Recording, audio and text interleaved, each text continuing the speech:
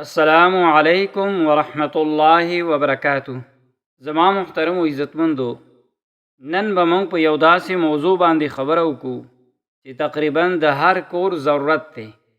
ډیر والدین دا شکوه کوي چې زمونږ ماشومان ضد کوي، خبره نه مني، هر وخت غوسه کوي، جاړي، خپله مرضي غواړي او د دې خبرو سره د کور هغه سکون مکمل ختم شوی دی. په داسې حالات کې بعضې والدین او مور او پلار سختی کوي په ماشومانو باندې. ماشومان وخی، بعضې مایوسه شوي وي، لیکن د یو مسلمان پیره سهاره د الله جل جلاله ذات دی. قرآن مجید صرف د هدایت کتاب نه بلکې د زړونو اصلاح، د کورونو سکون او د اولاد تربیت بهترین ذریعه ده. زما محترم و عزتمندو، نن به موږ د قرآن کریم یو نهایت بابرکت دعا ز تاسو ته وښیم چې د هغې په باره کې اهل علمو لیکلي دي چې ضدي او نافرمانه ماشوم دپاره د دې اهتمام ډیر مفید او غوره دی. الله جل جلاله په سورة طه کې ارشاد فرمایلی دی: وخشعت الاصوات للرحمن فلا تسمع الا همسا. وی ټول اوازونه به د رحمان په مخ کې ښکته شي او د یو بل سره د سرګوشۍ نه علاوه نور به هیڅ هم وانه وري.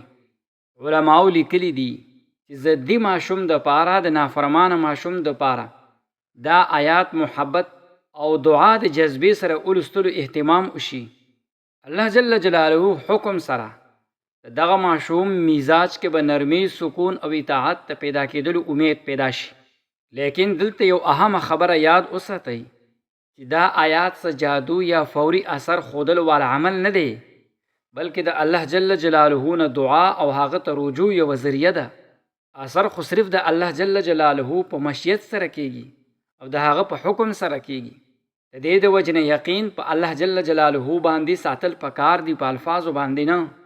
مور او پلار که روزانه دا آیات څو پیرې ولولي، خپل ماشومان پې دم کی یا ماشومانو سره نږدې کینی، محبت سره دعاو کی، د الله جل جلاله نه د خیر امید وساتي. ما محترم و عزتمندو، صرف دا نه ده چې قرآن مجید موږ ته دا صرف یو دعا جامع ښودلې ده، بلکې هر مول او پلار خپل ژوند معمول جوړول پکار دي.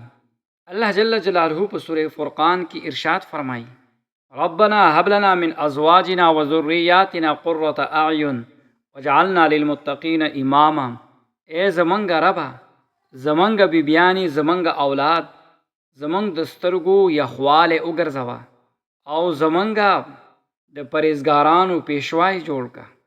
څومره خوبصورت دعا ده.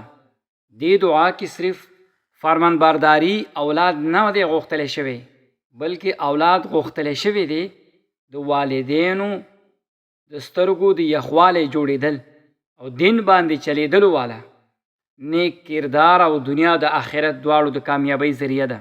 ما محترم و عزتمندو، لږ سوچ وکړو، زمونږ خپل اولاد دپاره ښه کپړې، ښه تعلیم او ښه خوراک او بهترین سهولتونه موږ غواړو، لیکن کله چېرته روزانه موږ د الله جل جلاله نه دعا ورله غوستې ده. اگر که دعا نه کوو نو زمونږ تربیت دا هم یو اهمه حصه پاتې ده.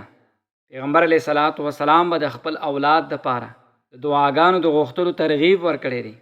والدینو دعا د الله جل جلاله په نزد ډېر لوی قدر او منزلت لري، لیکن روزانه د سهار د مونځ نه وروستو، د ماښام نه وروستو د اوده کېدلو نه مخکې دعا ضرور کول پکار دي. د خپل اولاد په سرونو باندې لاس کیدی او هغې دپاره د خیر، د هدایت، د نرمۍ، ادب، د علم، د صحت او د ایمان دعا وکئ. او دې سره یو اهمه خبره یاد وساتئ: اگر که ماشومان ضد کوي او د ضد علاج یوازې دعا نه ده، بلکې صحیح تربیت هم دی. بچو سره محبت سره خبرې کوئ، عزت یې ساتئ، د هغې خبرې اورئ، هر وخت یې رټئ هم مه او د هغې په مخ کې دروغ هم مه وایئ. په کور کې د قرآن کریم د تلاوت ماحول جوړ کړئ، د مونځ پابندي شروع کړئ، ځکه بچي هغه څه زده کوي، اولاد هغه څه زده کوي چې هغې خپل مور او پلار ویني. والدین په غصې والوي او چغو سرو والوي نو ماشوم هم هغه عادات اختیاروي. لہذا دعا سره سره د خپل د کردار اصلاح هم ضروری ده. ما محترم و عزتمندو، دا هم موږ یاد وساتو چې بعضې ماشومان هغې ضد د هغه د عمر حصه ګرځېدلې وي. داسې ماشومانو سره محبت، صبر او د حکمت ضرورت وي، نه د سختې سزا. د الله جل جلاله هم دعا ده چې هغه زمونږ کورونه محبت، سکون او د رحمت پکې راولي.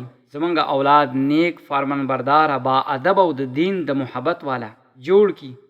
دنیا او د آخرت کامیابی ورته ورکي او هر یو مور او پلار د هغه د سترګو یخوالی وګرځوي.